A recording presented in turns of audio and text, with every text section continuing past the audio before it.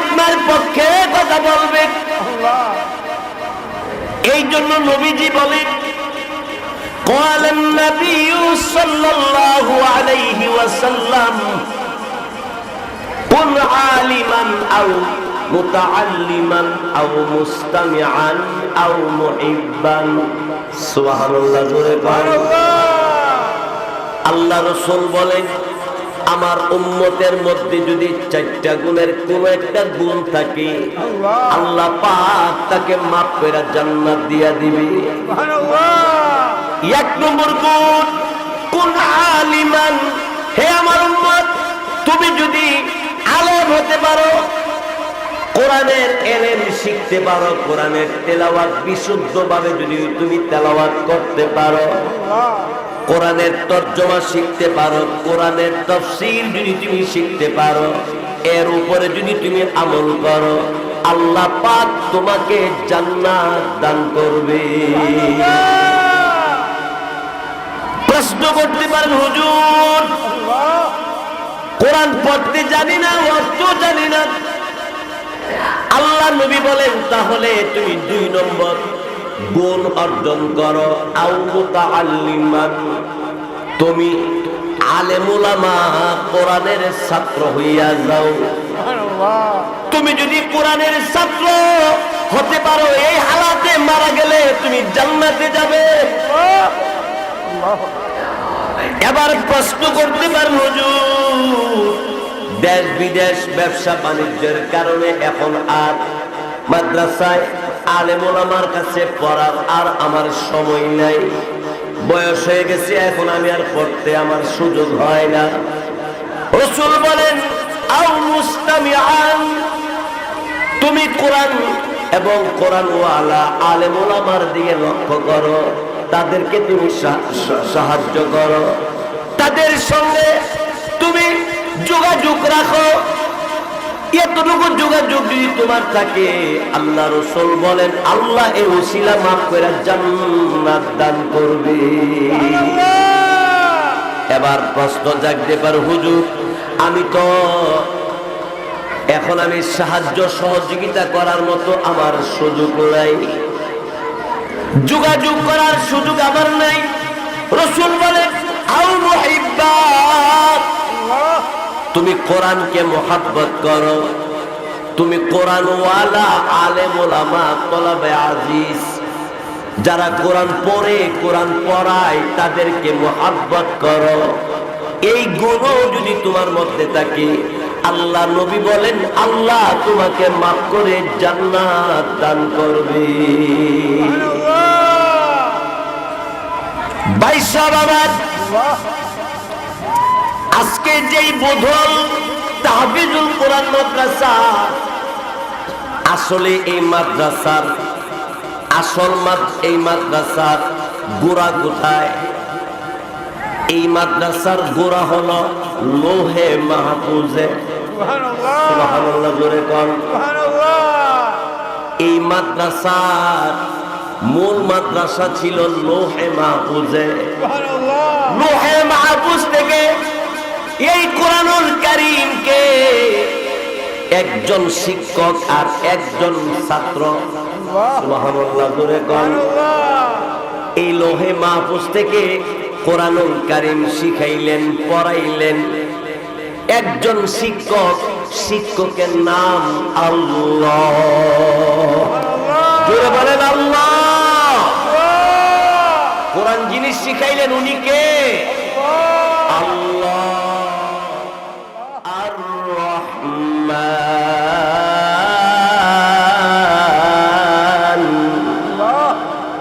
অত্যন্ত দয়ালু যিনি, আল্লামাল কোরআন, শিক্ষা দিলেন কোরআন, ইনি হইলেন অত্যন্ত দয়ালু। সুবহানাল্লাহ জোরে কোন। কোরআনুল কারীম আল্লাহ রাব্বুল আলামিন শিক্ষা দিলেন, শিক্ষক হলো আল্লাহ, ছাত্রর নাম মুহাম্মাদুর রাসূলুল্লাহ। সকলে বলি সাল্লাল্লাহু আলাইহি ওয়াসাল্লাম। একজন ছাত্র, আর শিক্ষক হইল আল্লাহ। এখন নবীজি যে মাদ্রাসা পড়াশোনা শুরু করলো, মাদ্রাসার নাম কি? এই মাদ্রাসাটা কোথায়? মাদ্রাসাটা আরবে জাবালে নূর, নূর নামক একটা পাহাড় আছে, যেই পাহাড়ে হাইটা উপরের দিকে উঠতে গেলে 2 থেকে 3 ঘন্টা সময় লাগে, এত উপরে। এই জাবালে নূর এত উপরে, এই পাহাড়ের উপরে একটা গর্ত আছে, একটা গাতা আছে। এই গর্তের ভিতরে মহানবী মুহাম্মাদুর রাসূলুল্লাহ সাল্লাল্লাহু আলাইহি ওয়াসাল্লাম ধ্যানে বসে থাকতেন। আল্লাহ পাক রব্বুল আলামিন প্রথম 30 পারা কোরআনের 5টা আয়াত জিবরাইলের মাধ্যমে ওই হেরায়ে গুহা জাবালে নূরের গর্তের মধ্যে আল্লাহ পাক অবতীর্ণ করছে। বন্ধুগণ আমার, কুরআনুল কারীমের সর্বপ্রথম যে 5টা আয়াত নাযিল হইছে, এই 5টা আয়াতের প্রথম আয়াতে আল্লাহ বলেন, ইকরা বিসমি রাব্বিকাল্লাযী খালাক। পড়েন না যারা পারেন, ইকরা বিসমি রাব্বিকাল্লাযী খালাক। অর্থ হইল, নবী গো পড়েন আপনি, পড়েন আপনি ওই রবের নামে যেই রব আপনাকে সৃষ্টি করেছে। নবীকে বইলা পৃথিবীর সকলকে আল্লাহ বলতে চায়, ওই রবের নামে লেখাপড়া করো, ওই রবের নামে তুমি ব্যবসা করো, ওই রবের নামে তুমি চাষাবাদি করো, ওই রবের নামে তুমি ভালো যত কাজ আছে করো। যেই কাজ করলে সব হয়, সেই কাজটা একমাত্র আল্লাহর জন্য করো, পৃথিবীর কারোর জন্য নয়।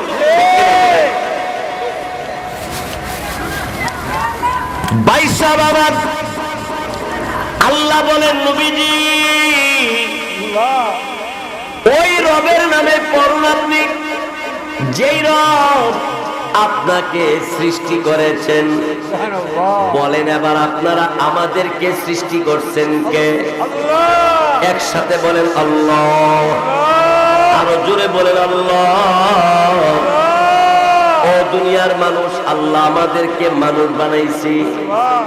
মার্কেটে গেলে দেখা যায় গেঞ্জি ফিন্দা খারে দিচ্ছে একটা মানুষের মতো, ঠিক না? ওই প্লাস্টিক দিয়ে বানাইছে, গেঞ্জি ফিন্দা জিন্সের প্যান্ট পরাইয়া দেখতে দেখা যায় একটা মানুষ।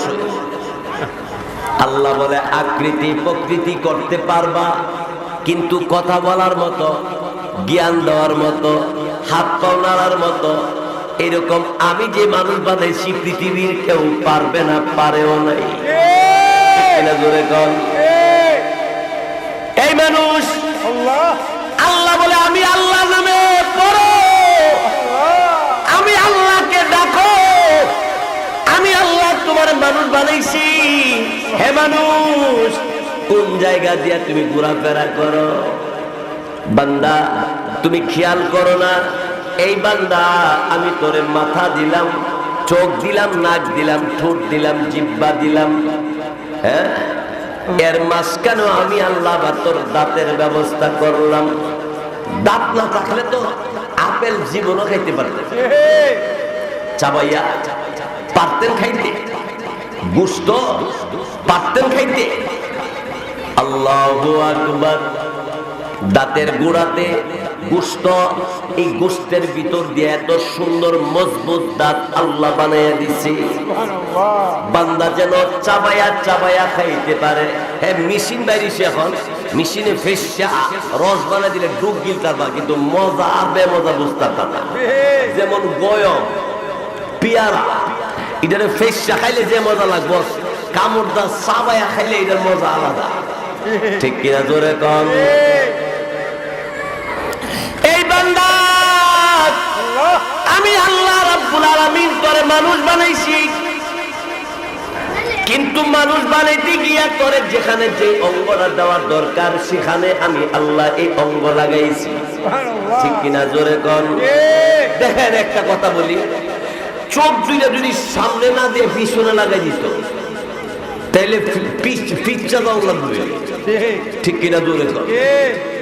আর নাকটা যদি রানের মধ্যে লাগাই দিত, এই রানা লুঙ্গির নিচে, তাহলে সুটকি কিনতে গেলে সুটকির 1 নম্বর না 2 নম্বর যাচাই করবার লাগিয়া আপনার বাজার থেকে বাড়িয়া এক জঙ্গলের ভিতরে ঢুকে তারপরে না লাগান লাগলো, কারণ লুঙ্গি উড়ে দিব তো। ঠিক না? আল্লাহ বলে বান্দা মাথা দিলাম বুদ্ধি করবা, চোখ দিলাম দেখবা, লাভ হইব না লস হইব চিন্তা করবা মাথা দিয়া, সুন্দর না কালো, ডক না বেডক, এটা যাচাই করার জন্য আমি আল্লাহ তোরে চোখ দিলাম মাথার নিচে। এরপরে আমি আল্লাহ চোখের নিচে নাক দিছি, দুর্গন্ধ না সুগন্ধ সাথে সাথেই তুই যাচাই করতে পারবি না। কই এমন নাক দিছে 30 হাত উপরের তাল গাছের তাল পাকলে আপনি কে উঠতে জিগার লাগতো না তাল পাকসুত নিরে। 30 হাত উপরে তাল গাছে তাল পাকছে, নাকের মধ্যে গ্রান আয়া লাগে। ঠিক কিনা? এই মুসলমান, কম্পিউটার বলেন, মেশিন বলেন, জেনারেটর, বিদ্যুৎ ছাড়া চলে না। আল্লাহ বলে এমন নাক, এমন বিদ্যুৎ ছাড়া আমি নাক বানিয়ে দিলাম, বিদ্যুৎ গেলে তো নাকের পাওয়ার যাবে না। জোরে বলুন ঠিক কিনা? এয়ারটেল, রবি, তারপর বাংলালিংক টাওয়ার এত উঁচা, ঠিক না? টাওয়ার মাঝে মধ্যে ডিস্টার্ব করে। আল্লাহ বলে আমি তোর জন্য টাওয়ার, আমি আল্লাহ তোর 2 চোখের পাশে এর বরাবর আমি আল্লাহ তোর জন্য টাওয়ার লাগাই দিছি। বাংলালিংকের এক টাওয়ার, রবির হলো আরেকটা টাওয়ার, গ্রামীণের আলাদা, কিন্তু আমি আল্লাহ এমন টাওয়ার দিয়া দিছি সারা পৃথিবীর যেই কোনো শব্দ আসবে টাওয়ার বদলানো লাগবে না, সব টাওয়ারের কাজ করে। মহিলা কথা কইলো কানে শুনে, পুরুষে কইলো শুনে, বাংলা কইলো শুনে, আরবি কইলো শুনে, জোরে কইলো শুনে, কানের কাছে গিয়ে আসতে কইলো শুনে। ঠিক কিনা জোরে? এটা কেমন টাওয়ার? মাগনা পাইছেন তো? যদি মোবাইলের মতো এরকম টাকা ঢোকার লাগতো যে কানে শুনতে গেলে 30 টাকা ঢুকাইলে 2 ঘন্টা চলবো, তাইলে বুঝতে নিলে কানের দাম কত। ঠিক কিনা জোরে কর? যে এরকম নাকের দুর্গন্ধ আর সুগন্ধ বুঝবার লাগি টাকা ঢোকার লাগবো 5-50 টাকা দৈনিক, তাইলে বুঝতে নিলে হাই হাই নাকের দাম কত। ঠিক কিনা জোরে কর? এ মুসলমান, আল্লাহ রাব্বুল আলামিন বলে এই বান্দা এই সব আমি তোরে দিলাম, দুনিয়াতে তালাশ করে দেখ, এত সুন্দর করে আমি আল্লাহ আর কারো বানাই নাই। ঠিক কিনা জোরে কর? আফালা ইয়ানজুরুনা ইলাল ইবিলি কাইফা খুলিকাত ওয়া ইলাস সামাই কাইফা রুফিআত وإلى الجبال كيف نصبت وإلى الأرض كيف سطحت فذكر إنما أنت مذكر। সুবহানাল্লাহ বলবেন না? ও মুসলমান, এই যে আমি কোরআন পড়লাম, রসুল বলেন কোরআন পড়লে প্রতি ওয়াক্ত করে 10টা সওয়াব আল্লাহ দান করে। সুবহানাল্লাহ। আর কেউ যদি শুনে তারেও 10টা সওয়াব দেওয়া হইব। সুবহানাল্লাহ। কেউ যদি পড়ে তারও 10 সওয়াব, যে শুনবে তারও। সুবহানাল্লাহ। আল্লাহ তো দেওয়ার শেষ নাই। ঠিক কিনা জোরে কর? ঠিক। বন্ধুগণ আমার, ভাইয়েরা আমার, ইয়ার পরে নাকের নিচে 2টা ঠোঁট যদি একটা দিত, একটা ঠোঁট জাদা ধরে দেখেন 50 টাকা কইতার বেশি। হো রে আব্বা ডাকতে না বা ঠুট একটা দিয়ে দিলে খালি গেড়ে গেড়ে গেড়ে গেড়ে গেড়ে করলেন নইলে বাপ ডাক্তার নইলে নিজের বাপের তো না হয় ওরে বাপ ডাক্তার নইলে ঠিক কিনা জোরে এই দুইটা ঠুট দিলাম বান্দা যাতে করে তোর ডাক দিতে অসুবিধা হয় 50 বলতে অসুবিধা না হয় 72 দুইটা ঠুট সারা 72 কই পারবেন নি ঠুট দুইটা লাগে না এবার ঠুট দিছি ঠুটের ভিতরে আমি আল্লাহ দুই সাইডে দাঁত দিছি এর ভিতরে আমি দুইটা জিহ্বা দিছি সুবহানাল্লাহ জিহ্বা কয়টা জিহ্বাও দুইটা ওই একটা দিছি হুতায়া বড় কইরা নলা থইবার লাগা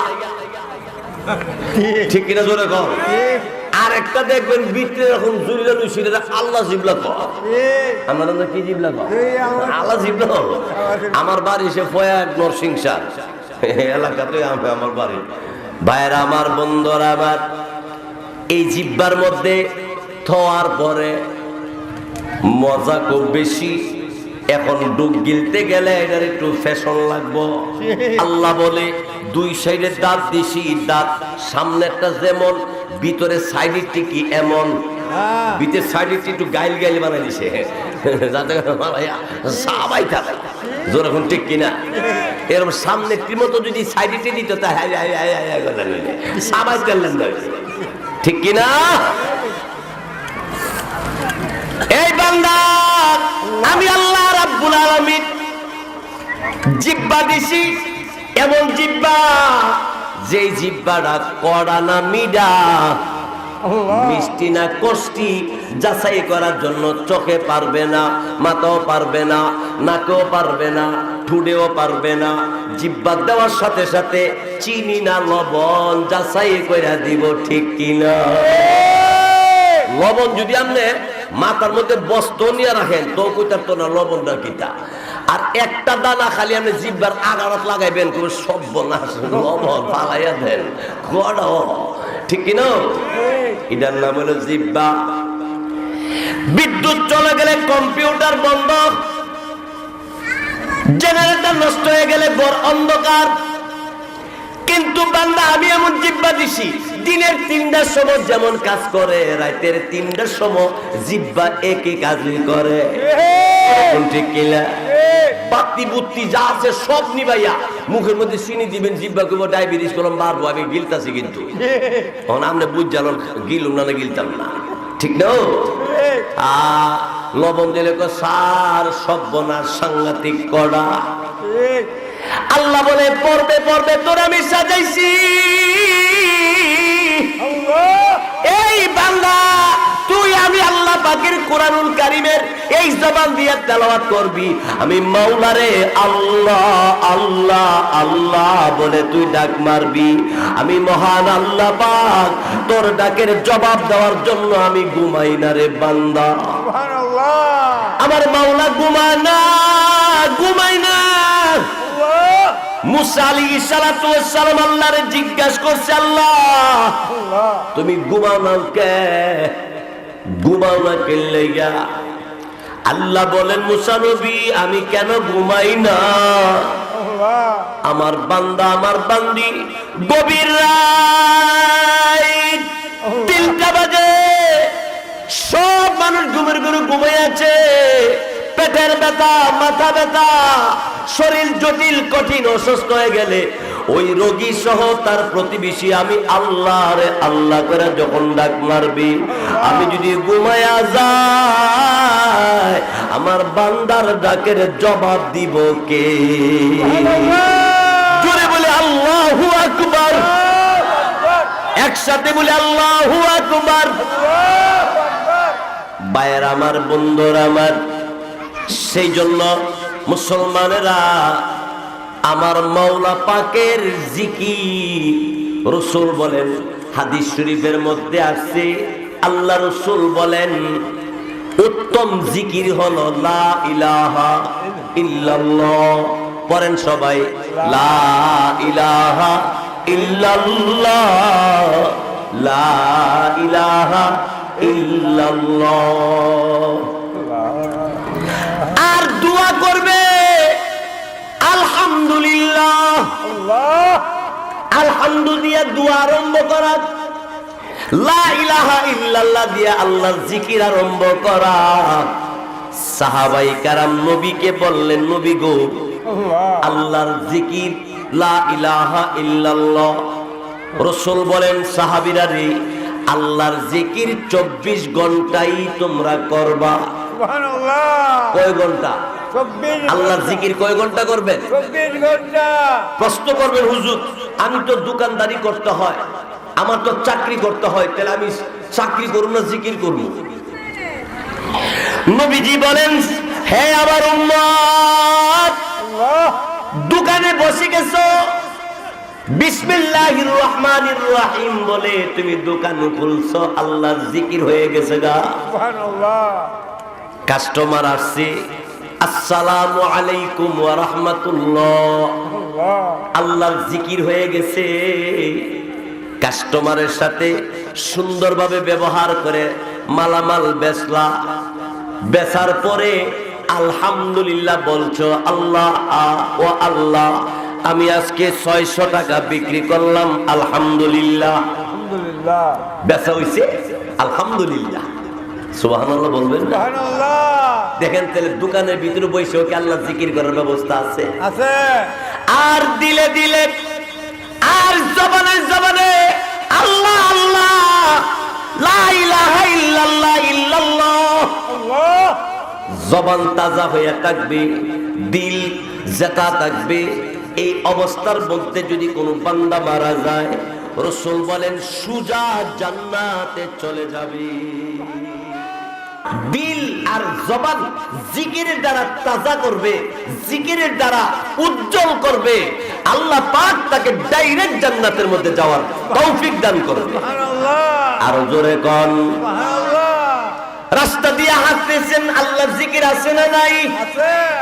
ও আমার ভাই, পর্দানিশীন মা বোনেরা, রাস্তা দিয়ে হাঁটতেছেন, আল্লাহর জিকির হলো, ভিতরে ভিতরে জজবা থাকবে, লা ইলাহা ইল্লাল্লাহ। সামনে একজন মুসলমান পড়ছে, মুসলমানকে দেখা আসসালামু আলাইকুম ওয়া রাহমাতুল্লাহ, এগুলো আল্লাহর জিকির। আল্লাহ। হ্যাঁ মুসলমান, আল্লাহ। বাথরুমের ভিতরে ঢুকছো, ঢুকবার সময় বাম পা দিয়ে ঢুকবে, আর নবীর সুন্নাত বাম পা দিয়ে ঢুকবে, আর একটা দোয়া পড়বে। কি দোয়া? আল্লাহুম্মা ইন্নী আউযু বিকা মিনাল খুবুসি ওয়াল খাবাইস। এই দোয়াটা পড়া ঢুকলেন, রাসূল বলেন এখানেও আল্লাহর জিকির হয়ে গেছে। সুবহানাল্লাহ। জোরে কর সুবহানাল্লাহ। বাথরুমের ভিতরে ঢুকবার সময় বাম পাদা ঢুকে এই দোয়াটা পড়া ঢুকলে এটা আল্লাহর জিকিরের অন্তর্ভুক্ত। সুবহানাল্লাহ। বাথরুমের ভিতরে আপনার হাজত প্রয়োজন শেষ হওয়ার পরে বের হওয়ার সময় রাসূল বলেন ডান পাও দিয়ে বের হইবা। আল্লাহ। এটা নবীর সুন্নাত। দোয়া আছে না নাই? আছে। গুফরানাকা আলহামদুলিল্লাহিল্লাযী আযহাবা আন্নিল আযা ওয়া আফানি। এটা আল্লাহর জিকির, এটা আল্লাহর প্রশংসা, আল্লাহর বরত্ব তার প্রকাশ করে। নবীর সুন্নতের সাথে তুমি বাথরুমের ভিতরে আসা যাওয়া যে সময়টা, এই মুহূর্তটাও তোমার নামে ফেরেশতারা জিকির বলে লিখে উল্লেখ করবে, সওয়াব লাগবে। জোরে বলেন সুবহানাল্লাহ। সুবহানাল্লাহ, আলহামদুলিল্লাহ, লা ইলাহা ইল্লাল্লাহ, সুবহানাল্লাহ, আলহামদুলিল্লাহ, লা ইলাহা ইল্লাল্লাহ। জোরে জোরে সুবহানাল্লাহ, আলহামদুলিল্লাহ, লা ইলাহা ইল্লাল্লাহ, সুবহানাল্লাহ, ওয়ালহামদুলিল্লাহ, লা ইলাহা ইল্লাল্লাহ, লা ইলাহা ইল্লাল্লাহু মুহাম্মাদুর রাসূলুল্লাহ। সাল্লাল্লাহু আলাইহি ওয়াসাল্লাম। বুধন মুসলমান ভাইয়েরা আমার, পর্দানিসীন মা বোনেরা, ঘুমের সময় আল্লাহর জিকির আসেনি? 24 ঘন্টা আল্লাহর জিকির। মুসলমান, তুমি যখন বিছানা শুইতে যাইবা, ডান কাতে শুইবা, আর দোয়া আছে না নাই? আল্লাহুম্মা বিসমিকা পড়েন, আমুতু ওয়া আহইয়া। দেখেন আল্লাহ খুশি হইয়া যা, আল্লাহ ফেরেশতারে ডাইকা কো, ফেরেশতারা রে, আমার বান্দা কোটি কোটি টাকা ব্যাংকে রাখছি, বন ভরা জমিন আছে, আমার বান্দা এত বড় অট্টালিকার মালিক, কিন্তু আমার বান্দা ঘুমের ঘরে ঘুমানোর সময় আমি আল্লাহর নাম নিয়ে ঘুমাইয়া যায়। আমি আল্লাহকে বলতেছি, আল্লাহ তোমার নামে ঘুমাই, আর তুমি যদি ঘুম থেকে তুলো তাহলে আমি উঠি। অর্থ আর কি? অর্থাৎ আমি ঘুমাইতেছি, কিন্তু আবার তুমি আমারে জাগাইবা, তুমি যদি না তুলো আমার উঠার কোন পথ। আরো জোরে কোন মেম্বার সাহেব যদি এইভাবে খালি কোন যা মেম্বার সাহেব কি কইতাম, আপনি যেখানে লাগার পান এখানে আরে আমরা বালা বড় জিগান কি কইতাম, আপনার কথা বাইতেও কই বাজারও কই, মেম্বার খুশি হইব না বাজার হইব? আল্লাহু আকবার। আর আল্লাহরে বলতেছি, আল্লাহ তোমার নামে ঘুমাইতেছি, আবার তোমার নামে উঠতাম চাই। কত মানুষ ঘুমের ঘরে ঘুমায় গেছে, আর ঘুম থেকে উঠতে পারে নাই, এমন ইতিহাস আসেনি? কত মানুষ বাড়ি থেকে বের হয়ে গেছে, বিকাল বেলা বাড়িতে আসবে, 2 ঘন্টার পরে খবর আসছে অ্যাক্সিডেন্ট করে মারা গেছি, অথবা স্ট্রোক করে মারা গেছে। জোরে বলুন ঠিক কিনা? কত মানুষ আইল গেল, কেউ তো রইল না, বলেন সবাই। কত মানুষ আইল গেল, কেউ তো রইল না, তুমি আমি এই জগতে থাকতে পারিব না। ঠিক কিনা জোরে কোন? ও মুসলমান, আজকে আমি আর আপনি যেই বাড়িতে বসবাস করি, এই বাড়িতে তো আমার আগে আব্বা, আমার আব্বার আগে আমার দাদা, আমার দাদার আগে আমার বড় বাপ, একের পর এক এরাই তো বসবাস করতো, এরা কোথায় গেল?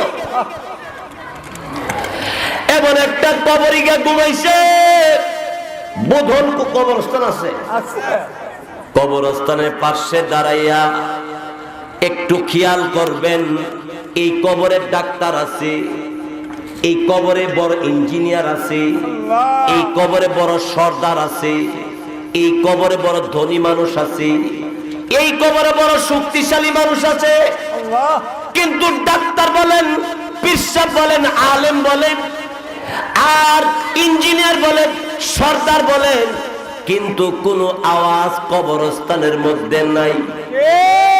কে সামনে কে পিছনে এই নিয়ে কোনো ধাক্কা ধাক্কি নাই। বদল এত বড় গ্রামের মধ্যে জায়গা হয় না, 30 হাত লম্বা ঘর, 6টা 7টা রুম দিয়ে বিল্ডিং করলো, এত বড় বিল্ডিং, এত বড় লম্বা ঘরের ভিতরে তোমার জায়গা হয় না।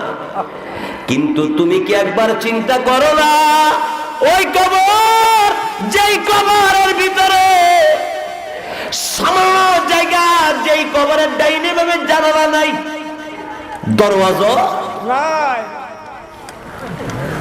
একা একা থাকতে হবে। এই জন্য আমার মুসলমান, আমার ভাইয়েরা, পর্দানিসীন মা বোনেরা, আমরা সবাই কোরআনের সাথে সম্পর্ক রাখবো। আল্লাহ আমাদের তৌফিক দান করুক, সবাই বলেন আমিন।